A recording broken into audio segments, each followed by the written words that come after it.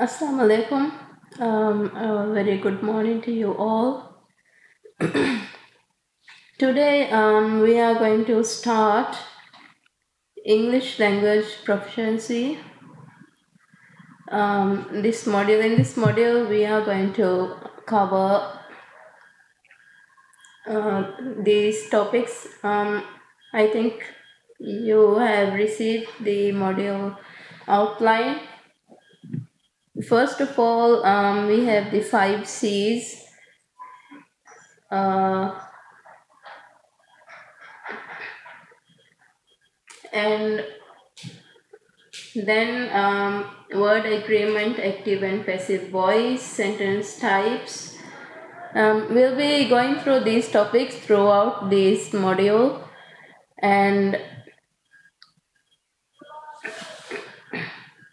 I'll be sending you the outlines, handouts, and other activities through the classroom.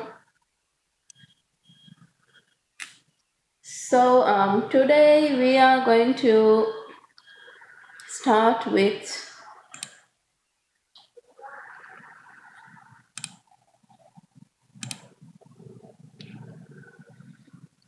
course overview. First of all, we are going to look at the module outline, course overview. To learn value of good written communication, we nowadays we always use lots of written and also oral communication. So we need to know the outlines, the methods used in different types of writings, like letters, email, and memos, which we are going to cover in this module. Also, we are going to learn how to write and proofread your work so it is clear, concise, complete, and correct. Also, to provide opportunities to apply these skills in real world situations, to understand the proper format of memos, emails, minutes, and formal letters. Also, we'll be covering how to write report, the format, and ways to use a report.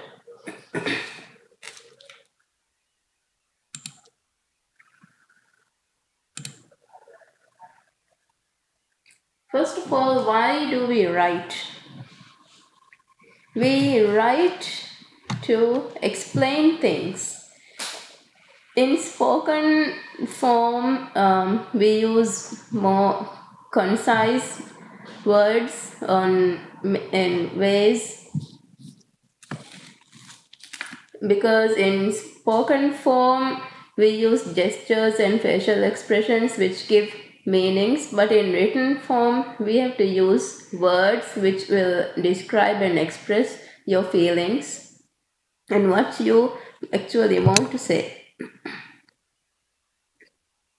We write to explain things, to smooth relationships, to convince others of the values of some course of action. Such writings must be clear, concise, complete, and correct. It must also convey our message in a cautious tone. The receiver should be able to know and understand what you are trying to say through the writing. There are different techniques which we can use in different types of writings.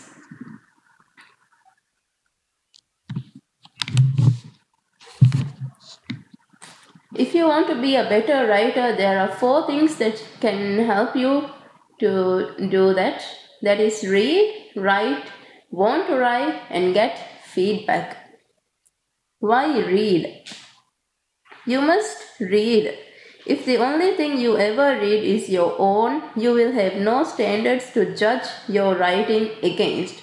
Always try to read at least news, books, different kinds of books, different styles of writings, so that you know that there are different styles, different ways which you can say one phrase or one idea. We learn to talk by hearing others speak. If you spent a year in England, for example, if you would come back to US with a British accent. Read like a spectator if you must, but try to read like an apprentice. Next is write. You must write. No matter how many rules you know, it takes practice to write well. It doesn't matter the way which you write, but you should try to write what you know. And then next is want to write, which means you should want to write and find personal reasons for wanting to write well, wanting to communicate through that writing to others. Last one, feedback, which is very important so that you know what your mistakes are, what you can do to correct them. You need to know if the writing works. People don't learn to write well from being corrected. They learn not to write. Look at feedback as an opportunity to find better solutions, not as an opportunity to correct errors. So you should always get feedback from others on your writings.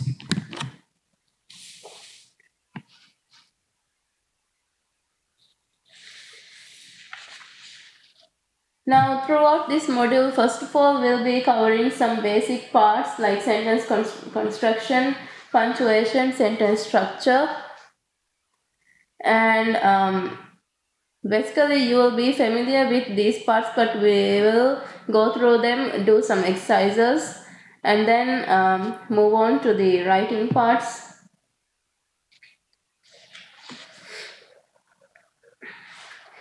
So first of all, we are going to look at the 5 C's of communication. What are the 5 C's of communication?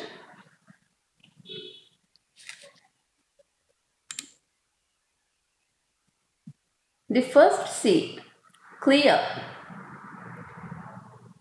As you can see on the slide here, try to read this slide, this short paragraph.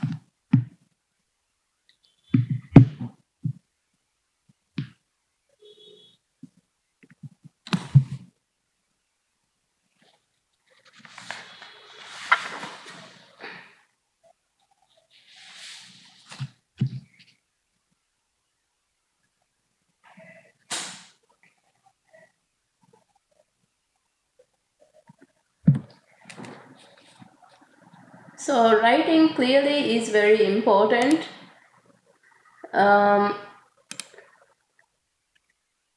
In this is a research done. In this it shows that no matter how the spelling is, as long as the first and the last letter of each word is in its place, we are able to read that word, because our brain is not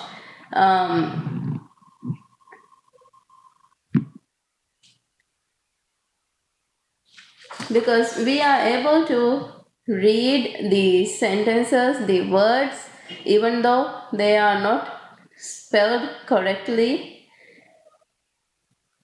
because we do not learn the spelling exactly. We read the word as a whole. All right. Next is the second one, concise.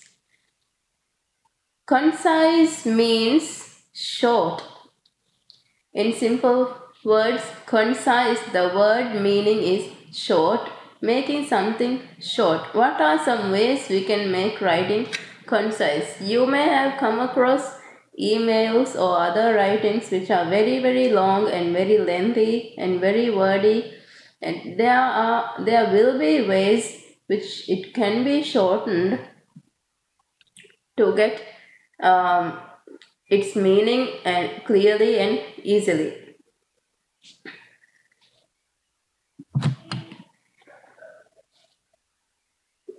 On the slides there you can see some sentences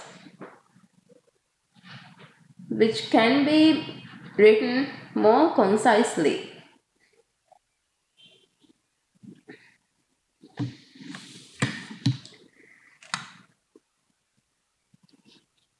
In order to write more concisely, we need to know synonyms and other antonyms, adjectives, and short phrases which can be used, which we'll be looking at later on. Concise writing strikes a balance between abstract words that imply quality like beauty and inflation, general words like management, team, and culture, concrete words such as duck, lamp, lightning, and other five senses words, and specific words that limit a general class. Building is a general word while a skyscraper is a specific building. Therefore, while writing concisely, we can use words like using more specific words rather than general. For example, like building is a general word, but making it more specific while using the word skyscraper.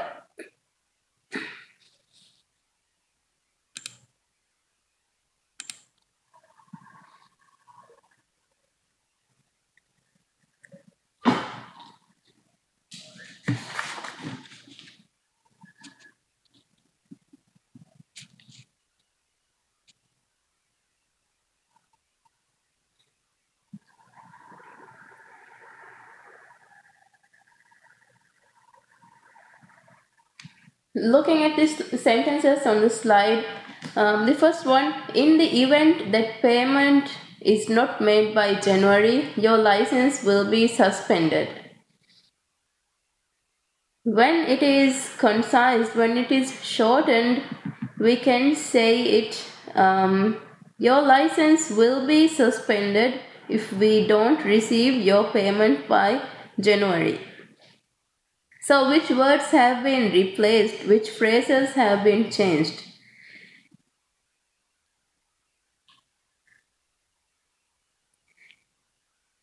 For example, like in the event that payment is not made by January, that whole phrase has been changed. Your license will be suspended if we don't receive your payment by January. Simply going straight to the point. Looking at the second sentence,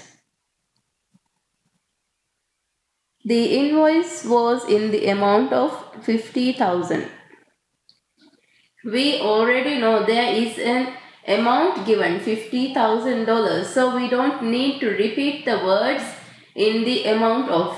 Therefore, when we concise it, when we shorten it, we can say the invoice was 50,000.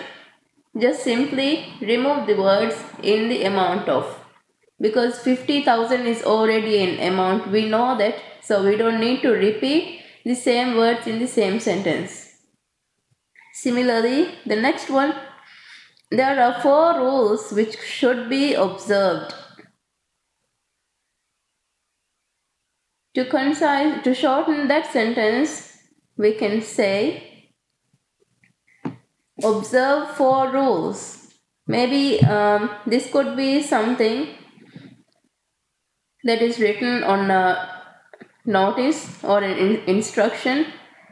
In the original sentence, it says, there are 4 rules which should be observed. Of course, any rule, it should be observed or followed. So, in this sentence, the parts should be is removed. So, and then shortened as observe 4 rules. Last one, The department budget can be observed to be decreasing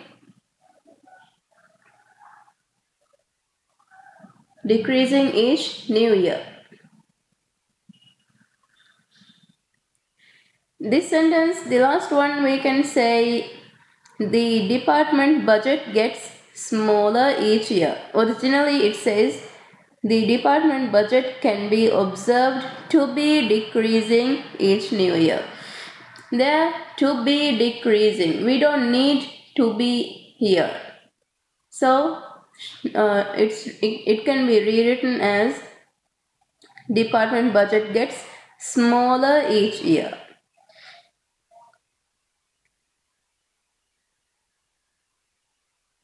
The third sentence, here it says he ordered desks which are of the executive type.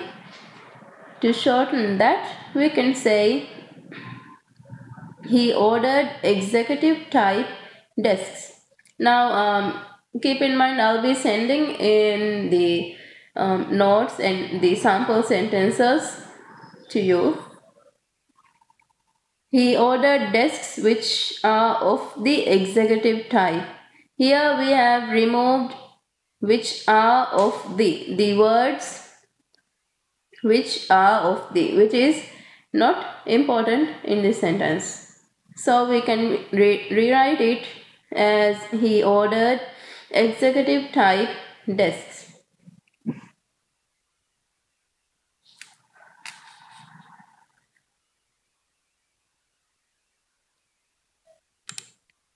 Alright, now we will move to the third C.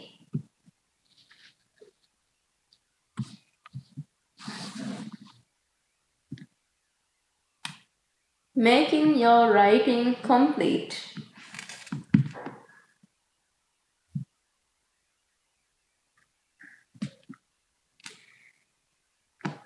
The third C is complete. Now the previous one was concise.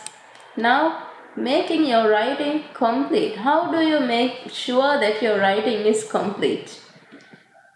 This does not mean that you just cover all the important points, but also the paragraphing, the vocabulary and everything. Let's take a look.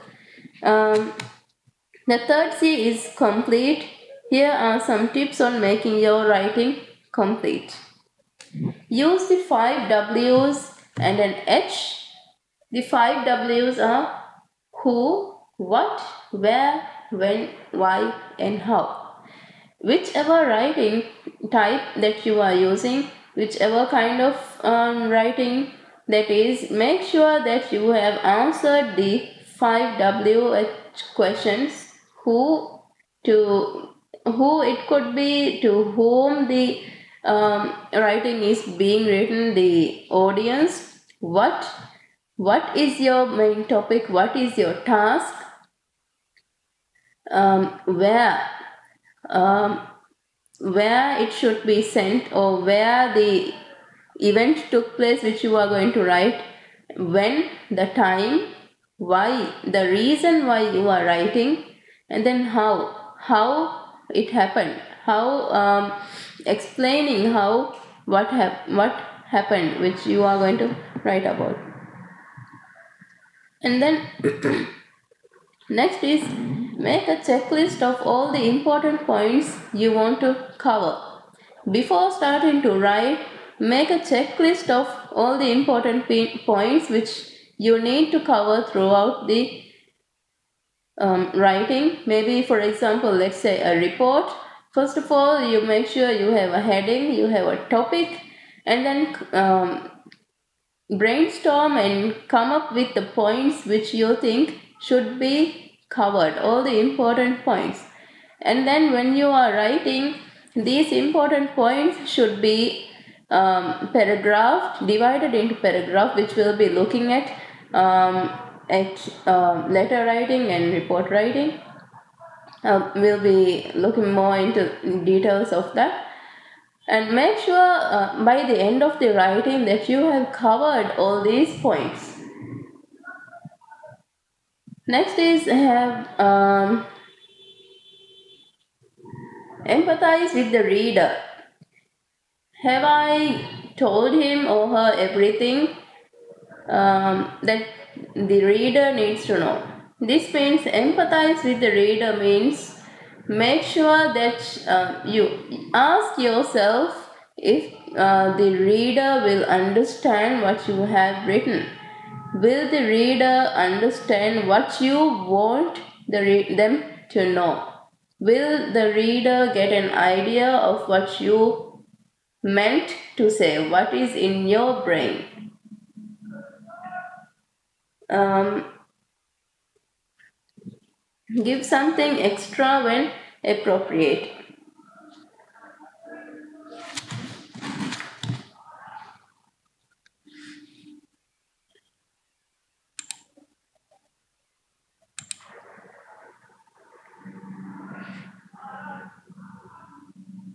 Now we are going to move on to the fourth C.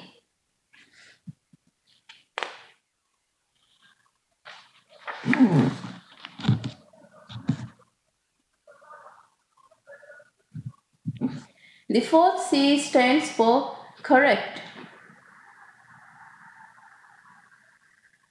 We make most of our mechanical mistakes in four areas: grammar, punctuation, usage, and spelling. Now, most of the time nowadays we are typing on Word and it automatically corrects out the grammar and spelling mistakes. But still, at the end of the writing, when we proofread or recheck, we still find small spelling mistakes.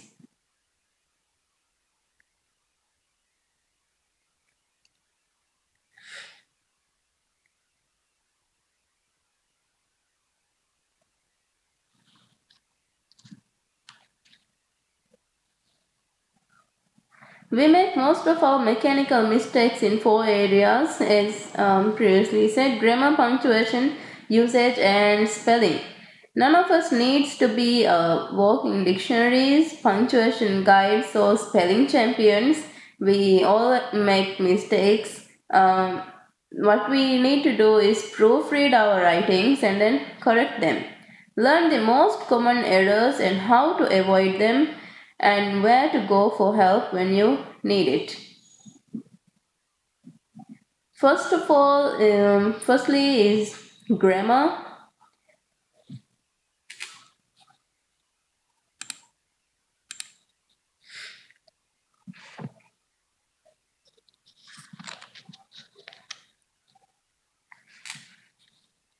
Subjects and verb should agree in number, and then allow meaning and determine whether collective nouns, for example, jury, team, family, are singular or plural. Collective nouns means, for example, team. Team means a group of many people. We say team if there is only one team, but teams if there are many teams, more than one team. If there is one team, we do not say teams. Similarly, families. I have my own family. Just because there are many people in that one group does not mean it is the plural form. For like I said in the example, family, a family of four people, one family. If there are many families, then that is the plural form. Different families live in different homes. Okay, so I hope you understood that part, collective nouns. Don't let additional words in a sentence muddy the waters when they come between a subject and its verb.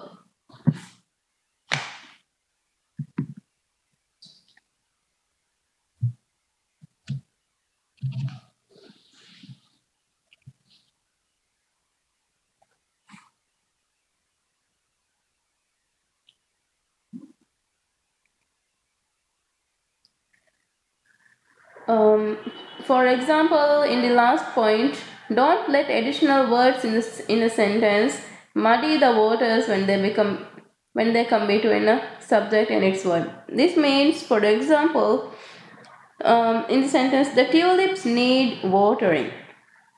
The tulips in the pot on the balcony needs watering. For example, in this sentence, I just said the tulips need watering. When we say that much, we understand what that means. We get a full meaning from that sentence.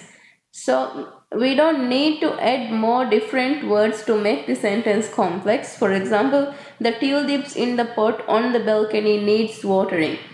We know that tulips will be in the pot, and we don't need to write that part in a sentence. So that means um, sometimes if you add on different words like this to a sentence, the sentence will get longer and longer, and by the end of that, the beginning and the ending of the sentence will not match.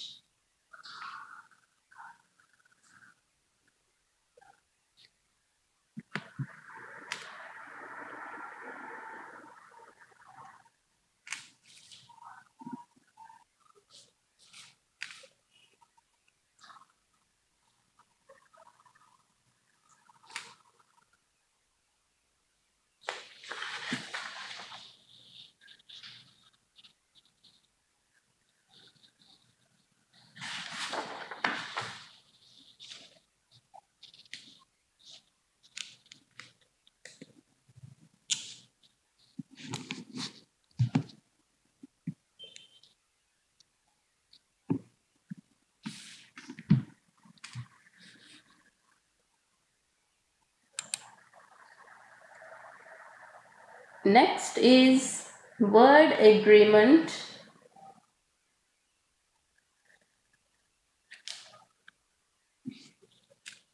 Word agreement means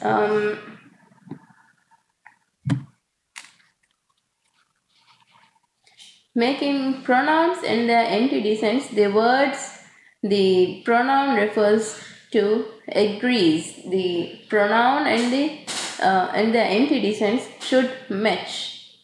Place modifiers or describers as close to the word they modify as possible so the relationship is clear to the reader.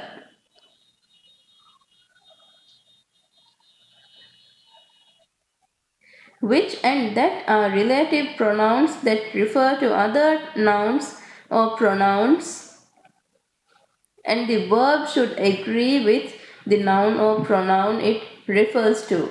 For example, in the sentence, take a suit in the travels well. Take a suit that travels well.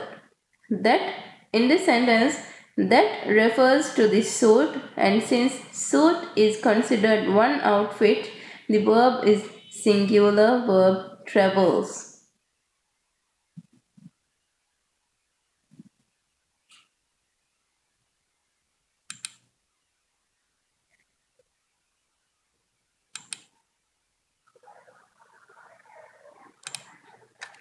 Now,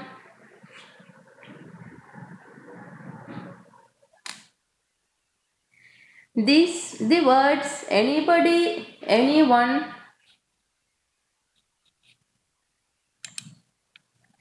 each, either, everybody, everything, none, no one, all of these words are considered as singular. Singular means one, single. In a sentence using both neither and no, the words neither and no, the verb agrees with the final noun, as in neither Roger nor the twins are here today.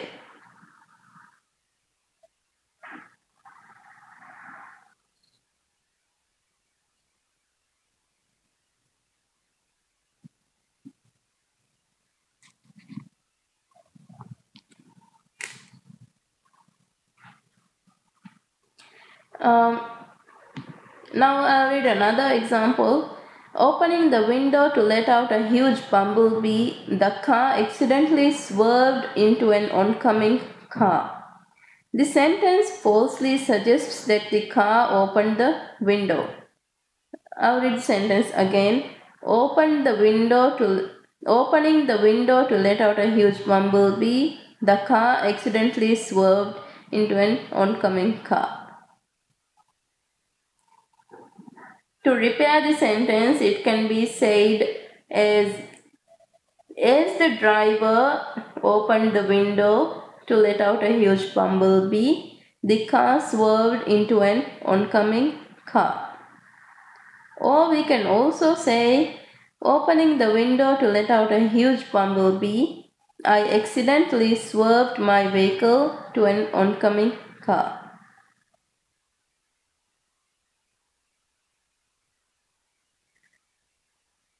Alright, now we'll look at some sentences as previously to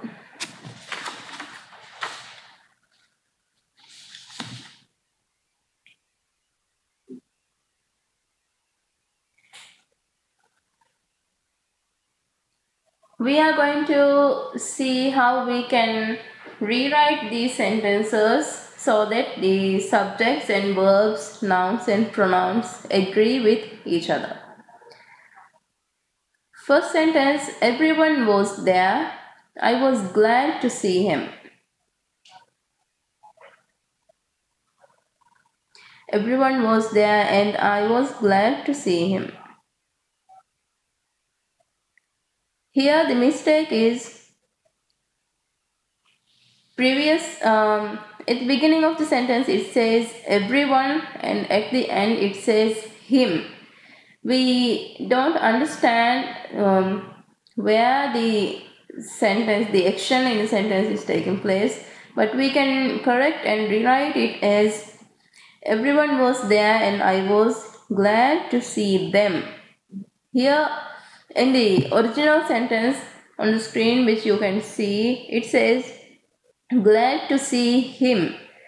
The word him does not refer to any other word in the sentence. For example, everyone.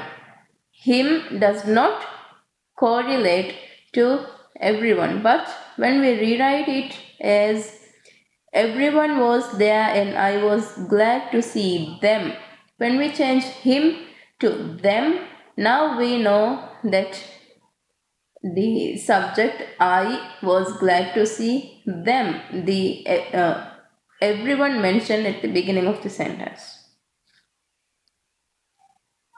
Next, effective presentation of the competitive advantages of these products require increased television and advertising. To rewrite this sentence, to make sure the subjects and verbs agree in this sentence, how can we rewrite it? Effective presentation of the competitive advantages of these products require increased television and advertising. We can rewrite it as effective presentation of the competitive advantage of these products require increased television and advertising.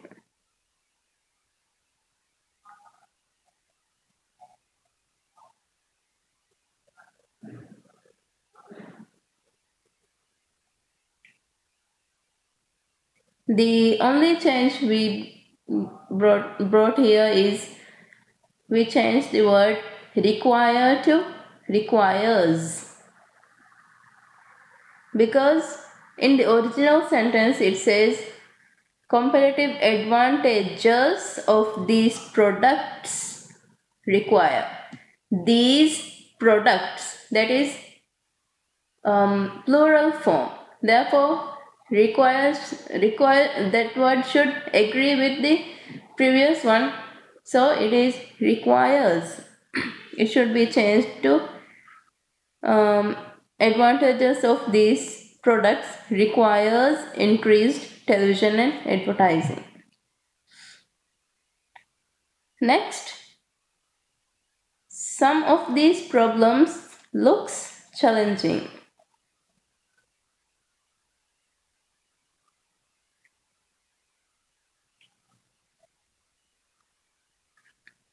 Here what we have to do is some of these problems look challenging.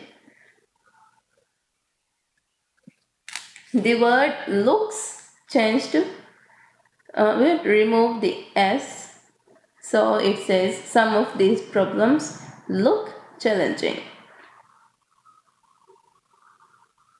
Last one, neither the doctor nor the nurses knows the whereabouts of the patient.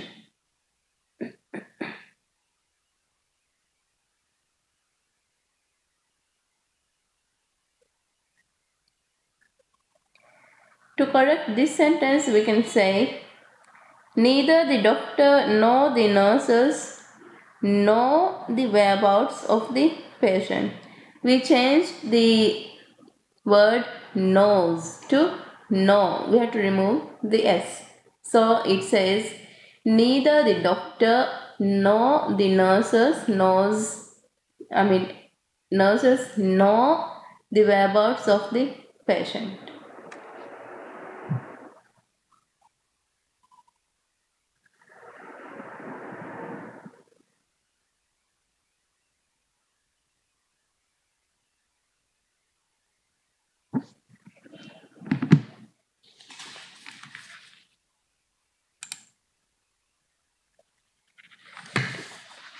Here are some more.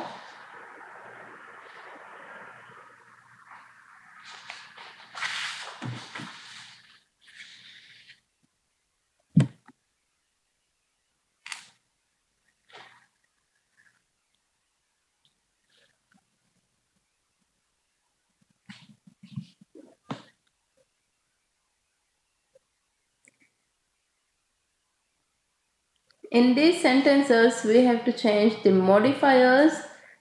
We have to put the modifiers into its proper places in the sentence.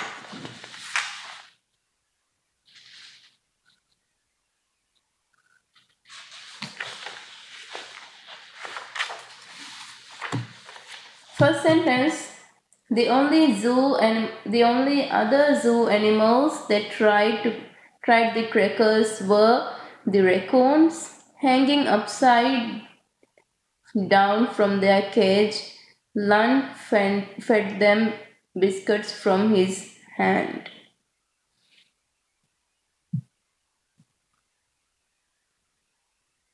To correct this sentence, we can say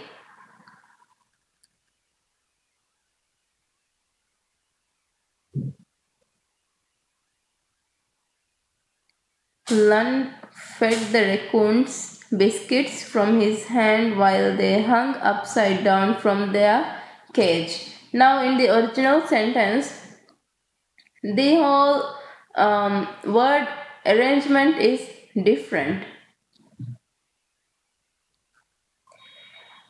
In the original sentence, it says, hanging upside down from their cage, Lund fed them.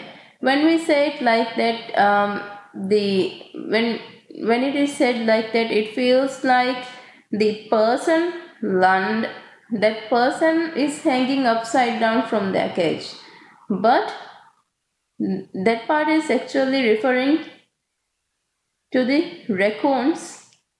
So we have to change that.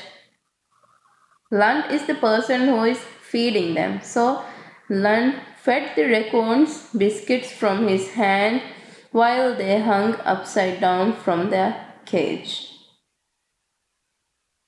Next one.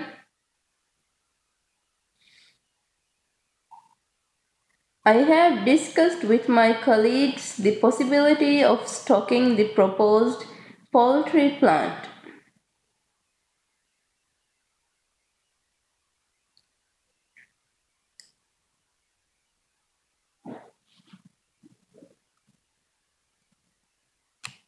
To rewrite this sentence, I have discussed with my colleague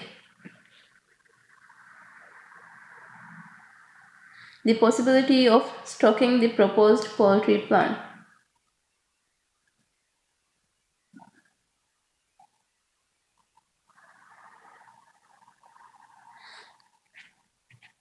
The rewritten sentence can be,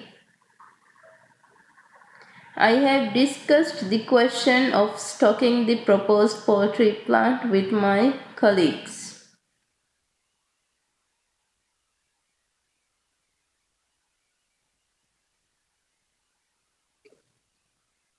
Next one, he has one of the lowest mortality rates anywhere of any heart surgeon.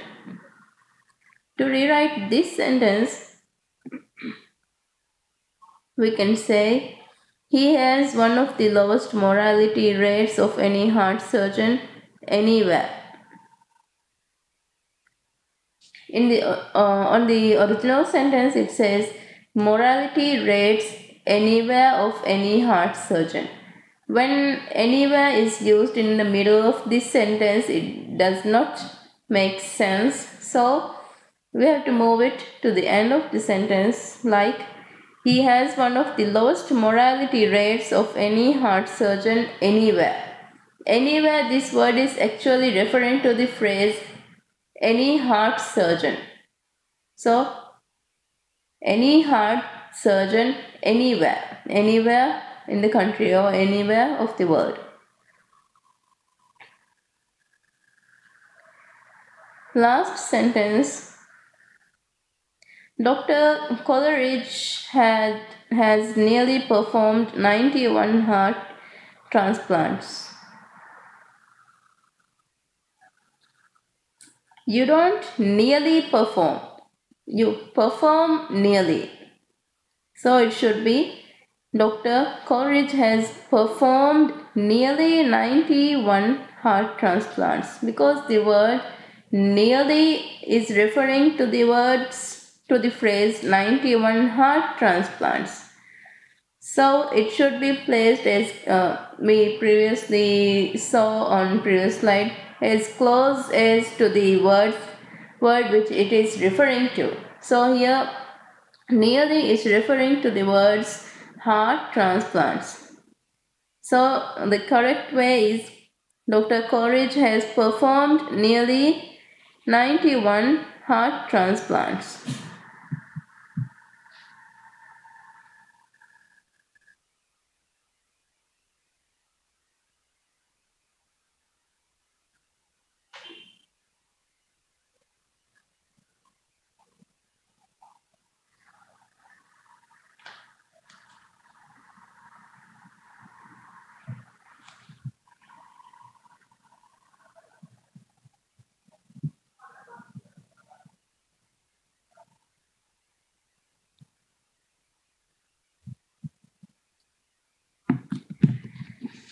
So today we have covered the 5 C's.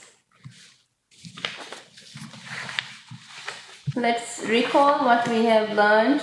The first C was, what was the first C? Writing clearly. We need to write clearly so that the readers understand what we are trying to convey, what message we are trying to convey. The second C is writing concisely, which is also with regard to letting your readers understand what you are writing. Writing is as short and sweet as possible. Next is the third C is making sure your writing is complete. Making a list of important points which you need to include, the answering the 5 WH questions: what, when, where, how, and who. Making sure that you include the all important points which need to be covered in that writing. That is the third C, complete. Fourth C is correct, making sure you use the correct grammar usage, punctuation, and spelling.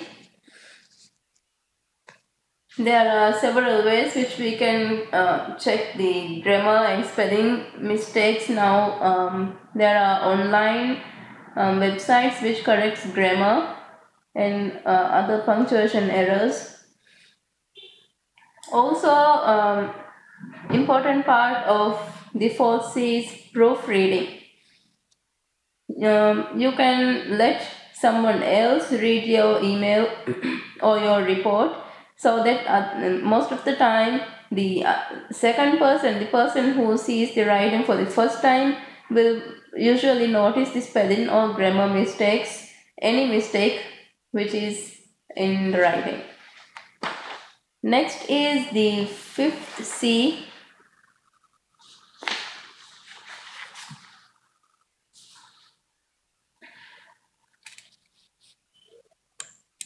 We have now looked at the four C's, okay, and then we went through word agreement, subject word agreement, where the subject of the sentence should agree with the tense and the form used of the verbs. Subject and verb should connect with each other.